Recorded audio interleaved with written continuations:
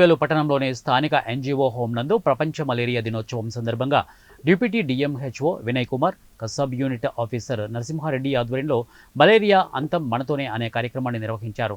స్థానిక ఎన్జీఓ నుండి 4 రోడ్ల కూడలి వరకు ర్యాలీ నిర్వహించారు. అనంతరం వారు మాట్లాడుతూ ప్రపంచ మలేరియా దినోత్సవం ఏప్రిల్ 25న ప్రపంచవ్యాప్తంగా ప్రతి ఏటా నిర్వహిస్తారు. డ్రై డే, ఫ్రైడే అంటే ప్రతి శుక్రవారం నిర్వహించే ఒక ప్రత్యేక కార్యక్రమం. ఇది ముఖ్యంగా దోమల ద్వారా వచ్చే వ్యాధుల నివారణ కోసం ప్రజలకు అవగాహన కల్పించడం మరియు నీటిని శుభ్రంగా ఉంచడం ద్వారా వ్యాధులు వ్యాపించకుండా చూడడం లక్ష్యంగా ఉంటుంది. మలేరియా వ్యాధి నిర్మూలన, ప్రజల్లో ఈ వ్యాధి పట్ల అవగాహన కల్పించడం ఈ దినోత్సవ ముఖ్య ఉద్దేశం.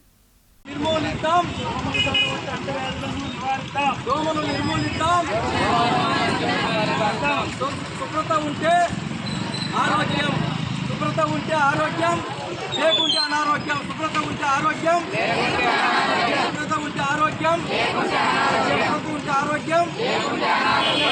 పరిశోధించండి. ఈరోజు ప్రపంచవ్యాప్తంగా మలేరియా దినోత్సవం జరుపుకుంటున్నాము.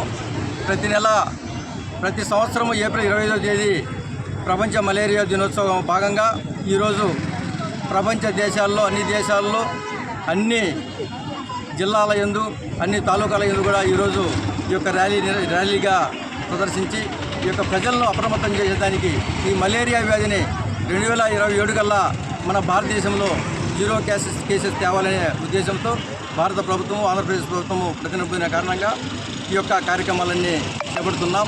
ఈరోజు ముఖ్యంగా ఈ 2030 కల్లా పూర్తిగా భారతదేశంలో ఈ ఎలిమినేట్ చేయాలి మలేరియా వ్యాధి అనే ఉద్దేశంతో భారత ప్రభుత్వము నిర్ణయించింది. మరి ప్రజలందరూ కూడా అప్రమత్తం చేసేదానికి మా వైద్య శాఖ తరఫున, వైద్య ఆరోగ్య శాఖ తరఫున ఈ ర్యాలీ కార్యక్రమాలు, ప్రజల అవగాహన కార్యక్రమాలు నిర్వహిస్తున్నాము. అందులో భాగంగా ఈరోజు ఈ కార్యక్రమం నిర్వహించడం జరుగుతూ ఉంది. మరి మా వైద్య కార్యక్రమం మాట్లాడతాం. ఈరోజు 25వ తారీఖు ఏప్రిల్న ప్రతి సంవత్సరము వరల్డ్ మలేరియా డే కండక్ట్ చేస్తున్నాము. ఈ వరల్డ్ మలేరియాలో సర్ రొనాల్డ్ రాస్ గారు మన తెలుగు రాష్ట్రంలోనే ఈ మలేరియాని దాని పారసైట్ని డెమాన్స్ట్రేట్ చేయడం జరిగింది.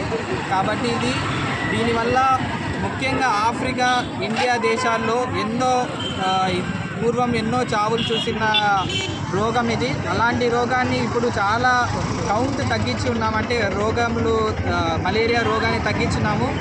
ఇంకా 2027 సంవత్సరం లోపల మలేరియా కేసులను 0కి తీసుకురావాలని మరియు 2030కి ఎలిమినేషన్ చేయాలని చెప్పేసి మన ఆంధ్ర రాష్ట్రము, తర్వాత భారతదేశ ప్రభుత్వము ముఖ్యంగా దీన్ని తీసుకున్నది, ఈ కాన్సెప్ట్ని తీసుకునింది.